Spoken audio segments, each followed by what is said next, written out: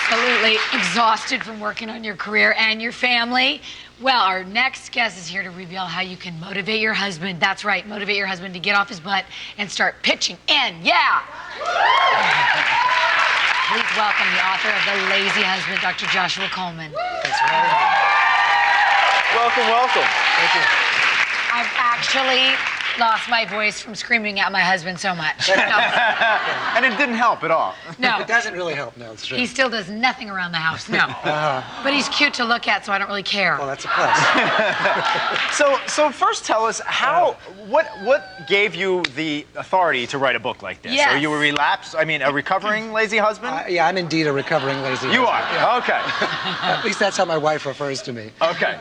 But also I'm a psychologist in private practice. I see a lot of women in my practice, and it's a complaint that I hear all the time.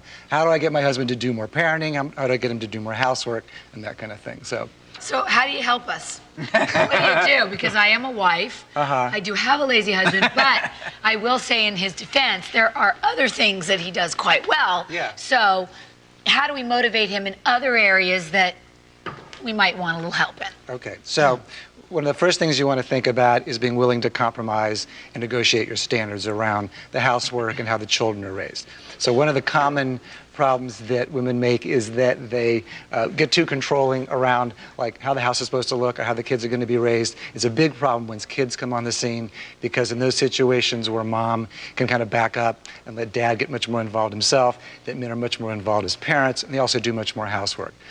Next, though, you have to approach them with affection. You know, conversations typically end the way they begin. If you start off saying, you know, you're a lazy SOB, I can't get you to do anything, what is your problem?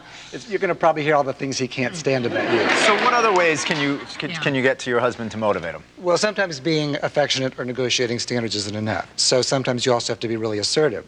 You have to be firm. It takes power to get men to do something they don't want to do, like housework. Like how? What do you do? Well, you have to be very clear about what you want. You might have to get up in his face a little bit. Like with my wife, I used to be a lazy husband, and it really wasn't until she got much more assertive that I started to change. So one of the examples of that is being willing to play hardball. And by that, it may mean that you have to say, look, I'm no longer willing to cook your meals for you if you're not going to do the dishes. I'm not going to do your laundry if you can't get your laundry into the hamper. So those would be some examples of playing hardball, being assertive. Or how about if you just take their clothes and throw them out the window? That's being assertive. Yeah. Now, what about with the kids? Because a lot of times, the women really are raising the children, and the men go to work, and they come home, and they're tired, and they want their dinner, and they don't want to be bothered. How do you get fathers? Because I really believe when the father's more involved, it's so much better for the children. I think they grow up smarter, better, everything. More well-rounded, more loved. Yes. Yeah, there's no question that that's true. One of the most important things is not to be a micromanager. One of the things that shut men down the most is when women give too much advice about how to be a parent, get too controlling, that kind of thing.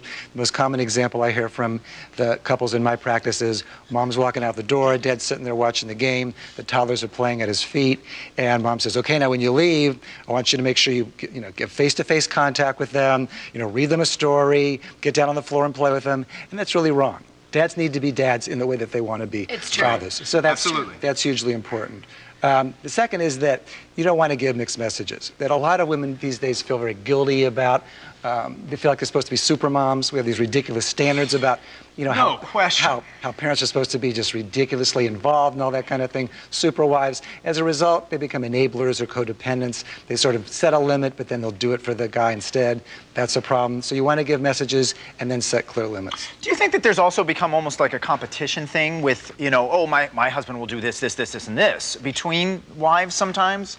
I think that can happen. I have heard that happen. Yeah. And I think it's a big mistake when the wife says to the husband, well, Harry down the street does dishes, or he plays softball with his kids. Let's not use the name Harry doing dishes, because that ain't happening. We'll say Tom. No, I'm just kidding. But yeah, you're right. No, I mean, and it may not even necessarily be true. Right. But they may say it just to kind of make their position look like a little bit of a rosier garden, so to speak. That's right. They can do that to try to motivate him. Unfortunately, it just makes the guy mad and shut down and withdraw. So that doesn't work. Yeah, you really got to use love and affection, don't you? I mean, it seems like that's the way to Which is always the best motivator for everything. It's true. Yeah. Absolutely. Right. Every marriage, it's really the engine that drives forth a marriage, is how close the couple is. In general, men do much more housework when they feel like their wives like them and care about them. Same thing with parents. parenting. And that brings me to the last tip, and that is that you have to communicate productively. That, a lot of women feel understandably resentful about the situation, but as a result, they walk around the house broadcasting resentment and anger and disappointment 24/7. And as a result, their guys get shut down and withdrawn, and they not only withdraw from their wives, they also withdraw from their kids. So you really want to communicate in a productive way. Don't lose the blame, shame game. Try to just state your needs in a very clear way. Great. Well, thank you so Thank you very much. Yeah, that's very important. Good information.